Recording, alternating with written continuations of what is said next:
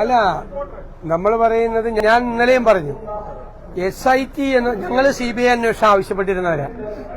പിന്നെ ഞങ്ങളത് നിർബന്ധിക്കാതിരുന്ന കാരണം ബഹുമാനപ്പെട്ട ഹൈക്കോടതി വളരെ ഗൌരവത്തോടു കൂടിയാണ് ഇതിനെ കാണുന്നത്.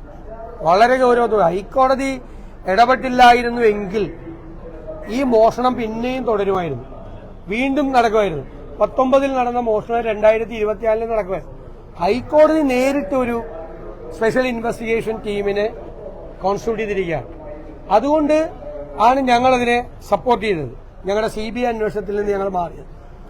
ഇപ്പോ ഞങ്ങൾ പറഞ്ഞു, തെരഞ്ഞെടുപ്പ് കാലത്ത് അനാവശ്യമായ സമ്മർദ്ദം ഈ SITയുടെ മീതെ മുഖ്യമന്ത്രിയുടെ ഓഫീസിൽ നിന്നുണ്ടായി എന്നൊരു ആരോപണം ഞങ്ങൾ ഉന്നയിച്ചു. അത് മന്ദഗതിയിലായി. അതുകൊണ്ട് അന്വേഷണം അത് ഹൈക്കോടതി ശരിവെച്ചു. പ്രതിപക്ഷം ഉന്നയിച്ച ആരോപണം ശരിയാണെന്ന് പറഞ്ഞു. കാരണം ഹൈക്കോടതിക്ക് ഞങ്ങളെക്കാൾ വിവരമുണ്ട്. ഈ വിവരങ്ങൾ അവർക്ക് കിട്ടും. കാരണം അതിന്റെ അന്വേഷണം എങ്ങോട്ട് പോകുന്നു, എവിടെ തടഞ്ഞു നിൽക്കുന്നു എന്ന് നമ്മളെക്കാൾ കൃത്യമായിട്ട് അറിയാം. അപ്പൊ ഹൈക്കോടതി കൂടി ആവശ്യപ്പെട്ടതിന്റെ അടിസ്ഥാനത്തിൽ ഈ അന്വേഷണം നന്നായി മുമ്പോട്ട് പോകുമെന്നാണ് എന്റെ വിചാരം. പക്ഷെ ഞാനൊരു ഗുരുതരമായ ആരോപണം ഉന്നയിക്കുകയാണ്. മുഖ്യമന്ത്രിയുടെ ഓഫീസ് വഴി 2 മുതിർന്ന IPS ഉദ്യോഗസ്ഥന്മാർ വലിയ സമ്മർദ്ദമാണ് SITയുടെ മീതെ ചെലുത്തുന്നത്. മുതിർന്ന 2 IPS ഉദ്യോഗസ്ഥന്മാർ. ഞാനൊരു മര്യാദയുടെ പേരിൽ അവരുടെ പേരിപ്പോ പറയുന്നില്ല. പക്ഷെ ദയവ് ചെയ്ത് അവർ രണ്ടുപേരും അവരുടെ പേര് ഞങ്ങളെ കൊണ്ട് പറയിപ്പിക്കരുത്. മുഖ്യമന്ത്രിയുടെ ഓഫീസ് ചുമതലപ്പെടുത്തിയ 2 മുതിർന്ന IPS ഉദ്യോഗസ്ഥർ SITയുടെ മീതെ, SITയിലെ ഉദ്യോഗസ്ഥന്മാർക്ക് മീതെ അനാവശ്യമായ സമ്മർദ്ദം ചെലുത്തുകയും അവരെ സ്വാധീനിക്കാൻ ശ്രമിക്കുകയും ചെയ്യാം. ദയവീത് അവരതിൽ നിന്ന് പിന്മാറണം. മുഖ്യമന്ത്രിയുടെ ഓഫീസും പിന്മാറണം.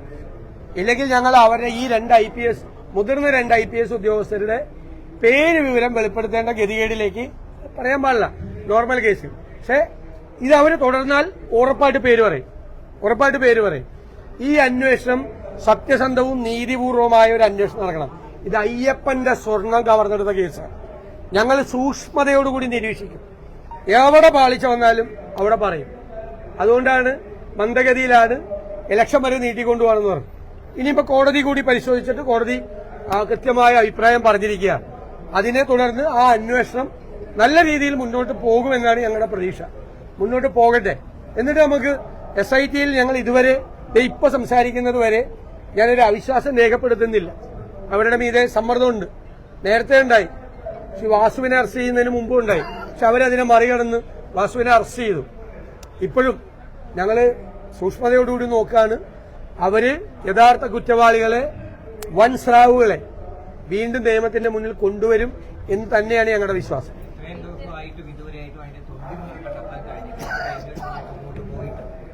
നമുക്ക് നോക്കാം. തീർച്ചയായിട്ടും അതെല്ലാം വളരെ ഗൌരവതരമായ കോടതി പരാമർശിച്ചിട്ടുള്ള കാര്യങ്ങളാണ്. കോടതി കുറെ കാര്യങ്ങൾ, ദേവസ്വം ബോർഡ് അംഗങ്ങളുടെ ഉൾപ്പെടെ വൻ തോക്കുകളുടെ ബിഗ് ഗൺസ് ഒന്നും കോടതി എടുത്തു പറഞ്ഞ ഒരുപാട് ആളുകളുടെ കാര്യമുണ്ട്. അതൊക്കെ ഉൾപ്പെടെ നമുക്ക് നോക്കാം. കുറച്ചു ദിവസം കൂടി നമുക്ക് നോക്കാം. എന്നിട്ട് നമുക്ക് SIT അല്ല CBI ആണ് വേണ്ടത് എന്ന് പറയേണ്ട ഒരു സ്ഥിതിയിലേക്ക് പോകരുത്. കേരള പോലീസ് നമുക്ക് വിശ്വാസം നഷ്ടപ്പെട്ട ഒരു പോലീസാണെന്ന് വരുത്തി തീർക്കരുത്. കോടതിയുടെ നേരിട്ടുള്ള നിയന്ത്രണത്തിലായതുകൊണ്ടാണ്. ഇല്ലെങ്കിൽ ഇതൊക്കെ എങ്ങോട്ട് പോയതെന്ന് നമുക്ക് പറയാമല്ലോ. ഈ അറസ്റ്റിലായ 2 പേരും അറസ്റ്റിലാവില്ലായിരുന്നു. ഗവൺമെന്റ് നിയന്ത്രണത്തിലായിരുന്നു SIT എങ്കിൽ ഈ 2 മുൻ ദേവസ്വം ബോർഡ് പ്രസിഡന്റുമാരെ അറസ്റ്റ് ചെയ്യില്ല. കുറെ ജീവനക്കാരെ മാത്രം അറസ്റ്റ് ചെയ്ത് ഇത് അവസാനിപ്പിച്ചായിരുന്നു. ഇനിയും വരണം. ഈ ഉത്തരവാദികളായ ആളുകളുണ്ട്. അത് മുഖ്യമന്ത്രിയുടെ ഓഫീസ് നിയോഗിച്ചിരിക്കുന്ന 2 പേരാണ്. അല്ല, വരട്ടെ, പറയാം. സർവീസിലിരിക്കുന്ന ഉദ്യോഗസ്ഥരല്ലേ, പറയാം. നമുക്ക് പറയാം. അവര് നോക്കട്ടെ, അവര് പിൻവലിയോന്ന് നോക്കട്ടെ. ഞാൻ കൃത്യമായിട്ടാ പറയണം. ഈ ശബരിമല ഉണ്ടായ സമയം പോലെ നമ്മൾ പറയുന്ന ഒരു കാര്യവും മാറ്റി പറയേണ്ടി വന്നിട്ടില്ല. കോടീശ്വരന് വിറ്റോ എന്ന് ചോദിച്ച കാര്യം കോടതി ശരിവെച്ചു. അന്താരാഷ്ട്ര റാക്കറ്റ് ഇതുമായിട്ട് ബന്ധമുണ്ടെന്ന് പറഞ്ഞത് കോടതി തന്നെ പറഞ്ഞു. എല്ലാ കാര്യങ്ങളും ഞങ്ങൾ പറയുന്നത് പോലെ തന്നെയാണ് നടക്കുന്നത്. അല്ല, അത് ആ വാതിലടച്ചു. ഇതൊക്കെ ഈ നമുക്ക് എല്ലാവരെയും ഒരുപോലെ മുതിർന്ന നേതാക്കൾ കൂടി ഇടപെട്ട് നിരന്തരമായി സംസാരിച്ചതിന്റെ അടിസ്ഥാനത്തിലാണ്. ഇത് നമുക്കൊരു അനുഭവമാണ്. കൂടുതൽ ഇത്തരം കാര്യങ്ങൾ വരുമ്പോൾ കൂടുതൽ ശ്രദ്ധയോടുകൂടി അത് കുറച്ചുകൂടി ശ്രദ്ധിക്കണം എന്നുള്ളൊരു അനുഭവമായി നമ്മൾ കരുതുന്നു. ആ വാതിലടയ്ക്കുന്നു. ഒരു കാരണവശാലും ഒരു തരത്തിലുള്ള പ്രവേശനം അവർക്ക് ഉണ്ടാവില്ല. അവസാനം അതൊക്കെ വെറുതെ ഉള്ള റൂമേഴ്സാണ്. ഞങ്ങള് ഉഭയകക്ഷി ചർച്ചകൾ എല്ലാ ഘടകകക്ഷികളുമായി നടത്താൻ വേണ്ടി തീരുമാനിച്ചിട്ടുണ്ട്. ചർച്ച തുടങ്ങിയിട്ടില്ല. അതെങ്കിലും ഞാൻ പറയാറുണ്ട് എപ്പോഴും, അതെങ്കിലും ഞങ്ങളെ കൊണ്ടൊന്ന് നടത്തിക്കും. ഇല്ലെന്ന് അവിടെ ഒരു ചർച്ചയും നടന്നിട്ടില്ലെന്ന്. ഞങ്ങൾ ഇന്നലെ UDF യോഗത്തിലാണ് ഉഭയകക്ഷി ചർച്ചകൾ ആരംഭിക്കാൻ തീരുമാനിച്ചിരിക്കുന്നത്. കോൺഗ്രസ് ആണ് അതിന് മുൻകൈ എടുക്കുന്നത്. അപ്പോൾ മുസ്ലിം ലീഗുമായിട്ടുള്ള ചർച്ച, കേരള കോൺഗ്രസ് ഉൾപ്പെടെയുള്ള മറ്റ് ഘടകകക്ഷികളായിട്ടുള്ള ചർച്ച ഞങ്ങൾ ആരംഭിക്കുന്നില്ല. എന്റെ ഡേറ്റ് പോലും ഞങ്ങൾ ഇന്നും നാളെയായിട്ട് ഫിക്സ് ചെയ്യുള്ളൂ. അല്ലല്ല, ഞങ്ങളതല്ലല്ലോ. അതൊക്കെ വളരെ കൃത്യമായിട്ട് സാധാരണ മറ്റുള്ളവരെ കൊണ്ടുവരുന്ന പോലെ തന്നെയാണ് അതെല്ലാം ചെയ്തത്. പിന്നെ ഓരോ വ്യക്തികള് ഞാനിനി വ്യക്തിപരമായിട്ടൊന്നും പറയുന്നില്ല. നമ്മൾ പറഞ്ഞല്ലോ, അത് വേണ്ടാന്ന് ഞങ്ങൾ തീരുമാനിച്ചു. മുല്ലപ്പള്ളി രാമേന്ദ്രൻ തന്നെ രൂക്ഷ വിമർശനം ഉന്നയിച്ചിട്ടുണ്ട്. ആർക്കും കയറി വരാനുള്ള വഴിയമ്പലമല്ല, ഇക്കാര്യത്തിൽ സൂക്ഷ്മത പാലിച്ചിട്ടില്ല. അല്ല, അദ്ദേഹം അല്ലല്ല, അത് സൂക്ഷ്മത പാലിച്ചില്ല എന്നും അദ്ദേഹം പറഞ്ഞില്ല. അല്ലല്ല, നിങ്ങൾ അദ്ദേഹം പറയാത്തത് അദ്ദേഹം നിർബന്ധം ആഡ് ചെയ്യല്ലേ? അല്ലല്ല, അത് കറക്റ്റാണെന്നേ. മുതിർന്ന നേതാവാണ് അദ്ദേഹം, പരിചയസമ്പന്നനായ നേതാവാണ്. അദ്ദേഹത്തിന് ഉപദേശിക്കാനുള്ള പൂർണ്ണമായ സ്വാതന്ത്ര്യമുണ്ട്. അതൊരു ഉപദേശ രൂപേണ എടുത്തിരിക്കുന്നത്. ഞാനിപ്പോ അദ്ദേഹത്തെ വിളിച്ചത് കിട്ടാഞ്ഞിട്ടാണ്.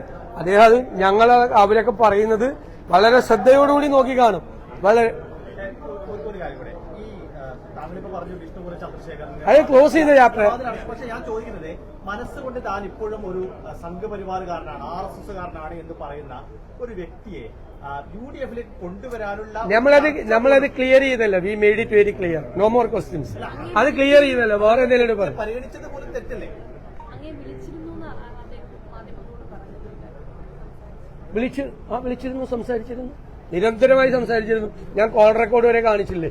ഞാൻ അതുകൊണ്ടല്ലേ ചോദിച്ചാൽ ഞങ്ങൾ തമ്മിൽ അതിർത്തി തർക്കമോ സ്ഥലക്കച്ചവടോ വല്ലതും ഉണ്ട് എന്നെ സംസാരിക്കാനും, എന്നെ വന്ന് കന്റോൺമെന്റ് ഹൗസിൽ കാണാനും, രമേശ് ചെന്നിത്തല വീട്ടിൽ പോയി കാണാനും, അല്ലെ തിരുവഞ്ചൂർ രാധാകൃഷ്ണനെ പോലത്തെ ഒരു മുതിർന്ന നേതാവുമായിട്ടാണ് എന്നെ വന്ന് അദ്ദേഹം കണ്ട് ഇക്കാര്യങ്ങളെല്ലാം വിശദമായി സംസാരിച്ചതും ഇത് കമ്മ്യൂണിക്കേറ്റ് ചെയ്തത്. മിനിങ്ങാന്നും ഇന്നലെ രാവിലെയൊക്കെ സംസാരിച്ച് ക്ലോസ് ചെയ്തേക്കും. അത് വിട്ട് ഞങ്ങൾ ആ വാതിലടച്ചു. ചെറിയൊരു പദവിയിലല്ലോ, അല്പം മുമ്പ് തന്നെ കെ കരുണാകരന്റെ മഹത്വത്തെ കുറിച്ച് പറഞ്ഞു. അങ്ങനെ ഒരു പദവിയിലിരിക്കുന്ന ഒരാള് ഇക്കാര്യത്തിൽ സൂക്ഷ്മത പാലിക്കാതെ അങ്ങ് പെട്ടെന്നൊരു പ്രസ്താവന നടത്താൻ പാടുണ്ടോ? കാരണം UDFിലേക്ക് അത് ഞങ്ങൾക്ക് അല്ലല്ല, UDF എങ്ങനെ ചെയ്യണമെന്ന് കൈരളിയുടെ ഉപദേശം ഞങ്ങൾക്ക് വേണ്ട. മനസ്സിലായില്ലേ? അതൊക്കെ ഞങ്ങൾ എല്ലാ നേതാക്കളും തമ്മിൽ എല്ലാ കാര്യങ്ങളും ആലോചിച്ചിട്ടാണ് ചെയ്യുന്നത്. ഒരാളെ അസോസിയേറ്റ് മെമ്പർ ആക്കിയതിന്റെ പേരിൽ അതിൽ നിന്ന് പിന്മാറി ഘടകകക്ഷി മെമ്പർ ആക്കുകയാണെങ്കിൽ ആക്കാതിരുന്നിട്ടാണ്. അത് ഞങ്ങൾ തയ്യാറല്ല. ഘടകകക്ഷിയാക്കണ സൂക്ഷ്മമായ നിരീക്ഷണത്തിന് വിധേയമാക്കിയിട്ട് അതിന്റെ സെക്കൻഡ് സ്റ്റെപ്പാണ്. മറ്റു രണ്ടുപേരും സമ്മതിച്ചല്ലോ, അത് പിന്മാറിയതാണ്. അത് ക്ലോസ് ചാപ്റ്ററാണ്. പ്രിയങ്ക ഗാന്ധി സ്പീക്കറുടെ സൽക്കാരത്തിൽ പങ്കെടുത്തത് ഗാന്ധിവാദത്തിന് ശേഷമുള്ള എന്താ അപ്പൊ മുഖ്യമന്ത്രി പിണറായി വിജയൻ വിളിച്ച ഓണസദ്യയിൽ ഞാൻ പങ്കെടുത്തു. അതൊക്കെ മര്യാദയല്ലേ? പ്രധാനമന്ത്രി, സ്പീക്കറും മുഖ്യമന്ത്രിയൊക്കെ വിളിക്കുന്ന പരിപാടി. എനിക്ക് ഈ ക്രിസ്മസ് പരിപാടിക്ക് എന്നെ ക്ഷണിച്ചിരുന്നു. എനിക്ക് സുഖമില്ലാതായിരുന്നുകൊണ്ടാണ്. ഇല്ലെങ്കിൽ ഞാൻ മുഖ്യമന്ത്രി വിളിച്ച ഗവൺമെന്റിന് വേണ്ടിയിട്ടല്ലേ വിളിക്കുന്നത്, അത് വിളിക്കാം. അങ്ങനെയാണെങ്കിൽ മുഖ്യമന്ത്രി വിളിക്കുന്ന പരിപാടിയിൽ ആരും പോകരുതല്ലോ. രാഷ്ട്രീയമായിട്ട് ഫൈറ്റല്ലേ? ഞാൻ ഓണസദ്യയിൽ പങ്കെടുത്തല്ലോ. ഓണം ഗവൺമെന്റ് എല്ലാവരും ചേർന്ന് ആഘോഷിക്കുന്ന സമയത്ത് എനിക്ക് ഒരുപാട് വിമർശനം ഉണ്ടായി. ഞാൻ പോയതിന് അതൊക്കെ ഒരു മര്യാദയുടെ പുറത്ത്. നമ്മൾ ചില സാധനങ്ങളിൽ ഇരിക്കുമ്പോൾ നമ്മൾ പോകണം. ബ്രിട്ടാസ് മറ്റേ പാലമാണ്, പാലം. ഏത് പാമ്പൻ പാലം പോലെ അടിയുറച്ച ഒരു പാലമാണ്. CPM-ഉം BJP ആയിട്ടുള്ള പാലമാണ്. മനസ്സിലായില്ലേ? അതിന്റെ നാണക്കേടിൽ നിന്ന് രക്ഷപ്പെടാൻ വേണ്ടിയിട്ടാണ്. ഇവിടെ ഗവർണർ വിളിക്കുന്ന പരിപാടി, ഗവർണർ RSSകാരനാണല്ലോ അല്ലേ? ഗവർണർ വിളിക്കുന്ന പരിപാടിക്ക് മുഖ്യമന്ത്രി പോകാറില്ലേ? വികാസിന്റെ ചോദ്യത്തിന്റെ മറുപടിയാണ്. ഗവർണർ RSSകാരനാണ്. പക്ഷെ അതേ ആ പൊസിഷനിലിരിക്കുകയാണ്. ലോക് ഭവനിൽ ഗവർണറായിട്ടിരിക്കുകയാണ്. മുഖ്യമന്ത്രി വിളിച്ചാൽ മുഖ്യമന്ത്രി പോണ്ടേ? അപ്പൊ RSSകാരൻ വെറുതെ പറയുമ്പോൾ ഒരു വിരലിൽ ചൂണ്ടുമ്പോ 4 വിരലിൽ സ്വന്തം നെഞ്ചത്തോട്ടാന്നുള്ള തോന്നലുകൂടി വേണം. പാമ്പം പാലമാണ് ബ്രിട്ടാസ്. ഇല്ല, ഇതേ പ്രതി അങ്ങ് തന്നെ നടത്തിയിട്ടുണ്ട്. പ്രധാനമന്ത്രിയെ പൂച്ചെണ്ട് നൽകുന്ന മുഖ്യമന്ത്രിയെ സംബന്ധിച്ച് അങ്ങ് ഞങ്ങളൊന്നും വിമർശിച്ചിട്ടില്ല. ബോഡി ലാംഗ്വേജ് ഇല്ല പൂച്ചണ്ട് മുഖ്യമന്ത്രി പോകണ്ടെന്നാണ് ഞാൻ ചോദിച്ചത്. നടത്തുന്നതിനെ കുറിച്ച് അങ്ങ് വിമർശിച്ചിട്ടുണ്ട്. എങ്ങനെയാണ് വണങ്ങി നിൽക്കുന്നത്, എത്ര വണങ്ങി നിൽക്കുമ്പോ ആ വിധേയത്വം കാണിക്കുമ്പോ നമ്മൾ പറയും. ബോഡി ലാംഗ്വേജിനൊക്കെ വിധേയത്വം കാണിക്കുമ്പോ പറയും. രണ്ടും ഒരുപോലെയാണോ എന്നുള്ള ആണല്ലോ. ഇപ്പൊ എന്താണ് ചെയ്യുന്നത്? ഡൽഹിയിൽ ചെന്ന് നിൽക്കുകയാണ്. അമിത്ഷായും നരേന്ദ്രമോദി എവിടെ ഒപ്പിടാൻ പറയാലോ അവിടെ ഒപ്പിടുള്ളൂ. പോളിറ്റ് ബ്യൂറോ അറിഞ്ഞിട്ടില്ല, സെക്രട്ടേറിയറ്റ് അറിഞ്ഞിട്ടില്ല, ക്യാബിനറ്റ് അറിഞ്ഞിട്ടില്ല, സ്റ്റേറ്റ് കമ്മിറ്റി അറിയാതെ ആ PMCയിൽ ഒപ്പുവെച്ച് എന്നിട്ട് ക്യാബിനറ്റിൽ വന്നിരുന്നിട്ട് ആ പാവൻ രാജനും 4 CPI മന്ത്രിമാരും ഒരിക്കലും ഒപ്പുവെക്കരുത് എന്ന് പറയുമ്പോൾ ഒപ്പുവെച്ചിട്ട് വന്നിരിക്കുന്ന കാര്യം പോലും പറയാതെ അവരെ പറ്റിച്ച ആളാണ്. അതിനുവേണ്ടി പ്രവർത്തിച്ച പാമ്പൻ പാലമാണ് ബ്രിട്ടാസ്.